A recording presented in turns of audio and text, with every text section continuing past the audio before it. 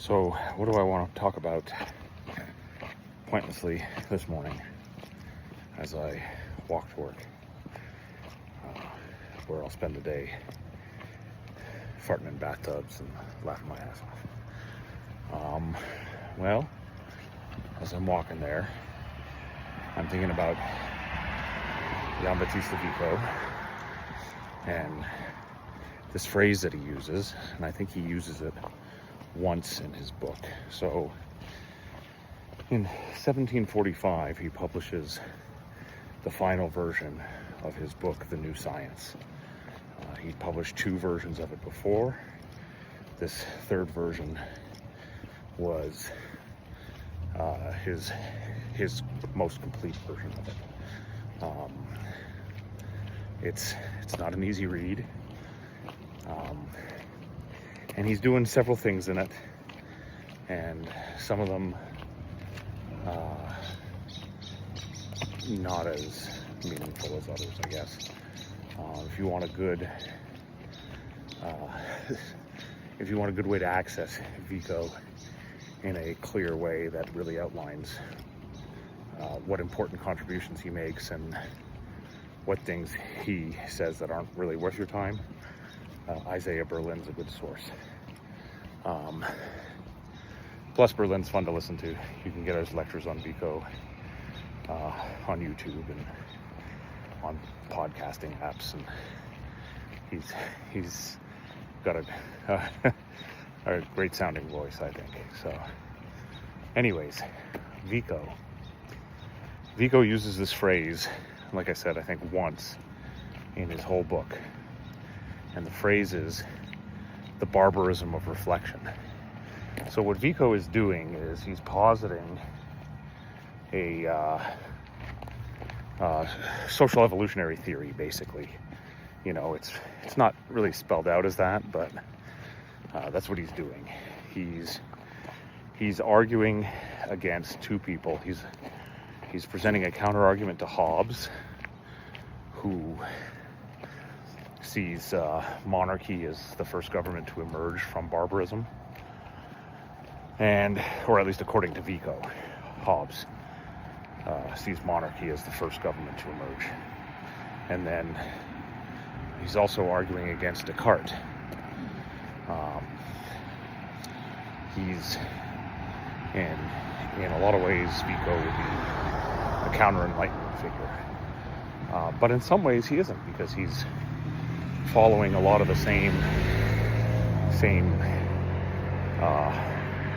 trains of thought that they are, that Enlightenment figures do. So he's arguing against Descartes' application of mathematics to social theory. And basically why that's important is because Vico sees mathematics and natural sciences as examining the laws of nature, things that are just as they are because they are. And he thinks it's improper to apply those same scientific principles to society, because society is created by human beings. Therefore, it's not governed by natural law. It's not, it doesn't work the way gravity works. So it's improper to apply, scientific theory to social theory, because they don't work the same way. So that's important for just in and of itself, but then also because from there he pushes this sort of historical cultural relativity, where in order to understand each period, you have to understand the society of each period. You have to understand why people did things the way they did, what they were trying to do, what they thought was right, what they thought was wrong. And so it's improper, according to Vico, to judge one historical epoch era according to the moral judgments of another.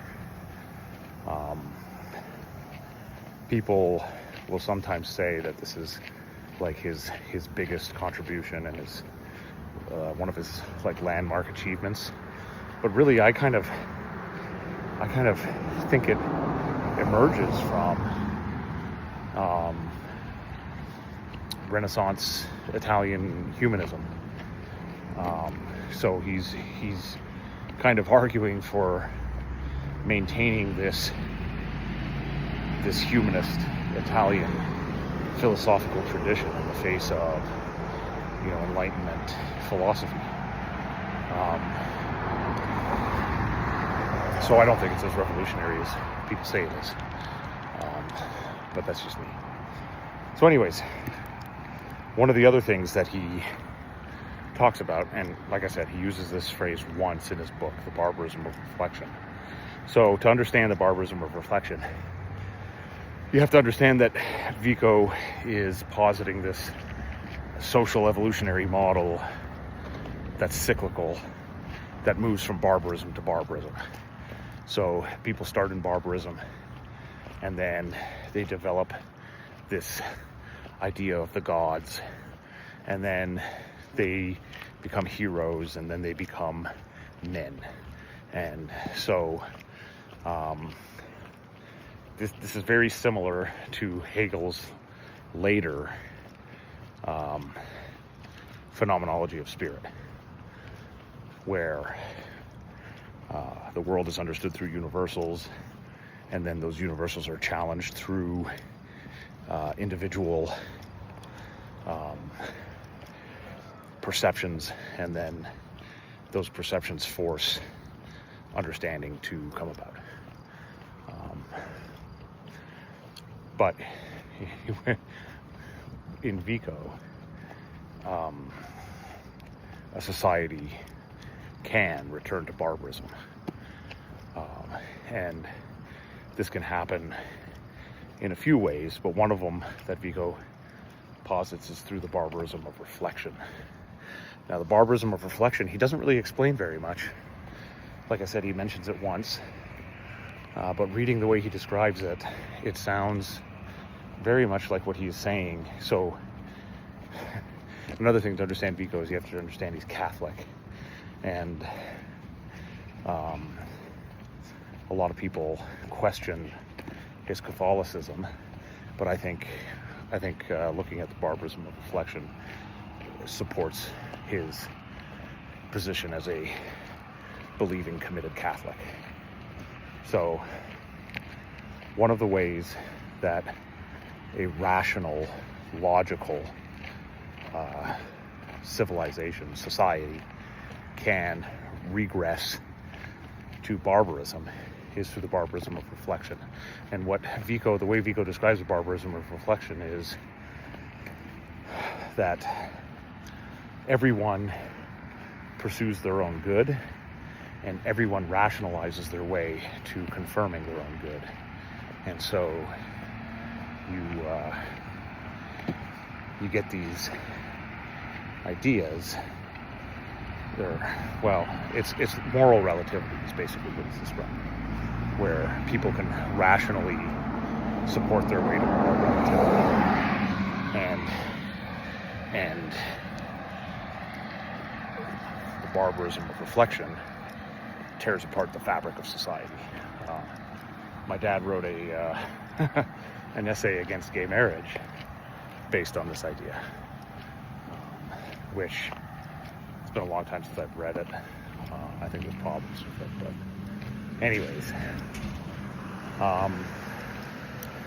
So the idea is that basically what he's arguing is that every age, every society has its core beliefs, and other beliefs are built off of those core beliefs.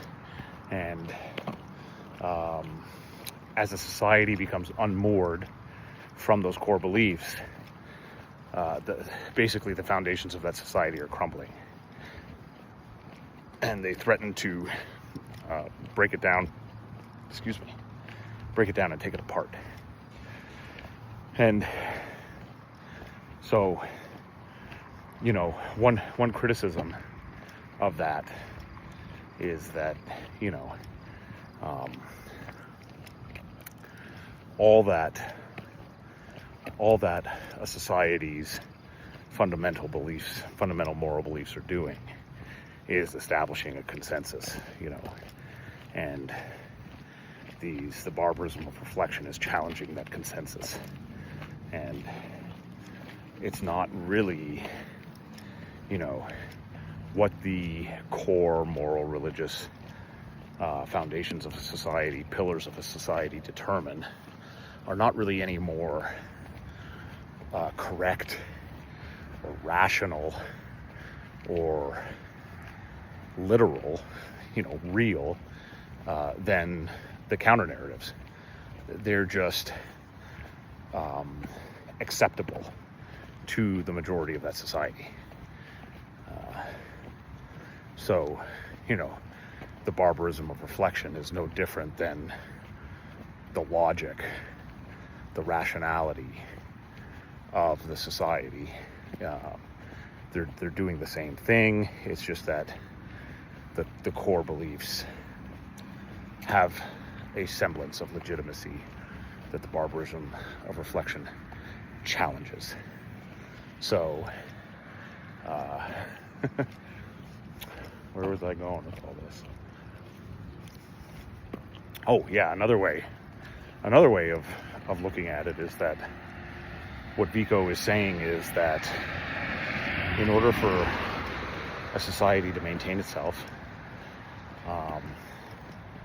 it has to have core beliefs that are valuable and meaningful to that society, but that also stand up to scrutiny and can deal with scrutiny, can deal with challenges, can adapt to those challenges, can expand itself to encompass those challenges. So if you think about the modern, society that we live in here in the United States, you can see that in playing out in both ways, where you have people who fear that, any challenge to the central values, the pillars of the society, threaten to undo that society. And so things like gay marriage will break apart the society. And we shouldn't stand for these challenges.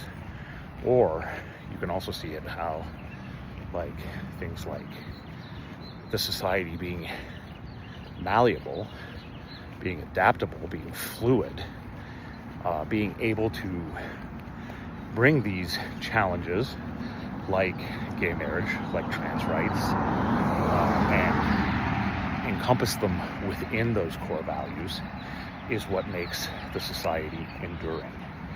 And so, because Vico, I think that what Vico is saying is, these challenges to core values are going to break apart society and turn us back into barbarians. I think he's very rigid on this point.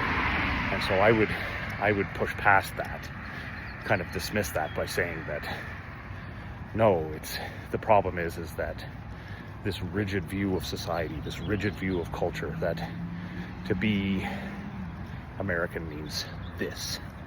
That's the problem. It's overly rigid. It's not flexible. And it needs to be flexible in order to maintain itself, in order to continue, in order to be enduring, which is kind of opposite, right? And you get a lot of conservative voices who talk about, well, Ben, so far you're already broken. Maybe so, I don't know. It's, there's no one way to look at it. I don't know. If I knew anything, I wouldn't be walking a Walmart.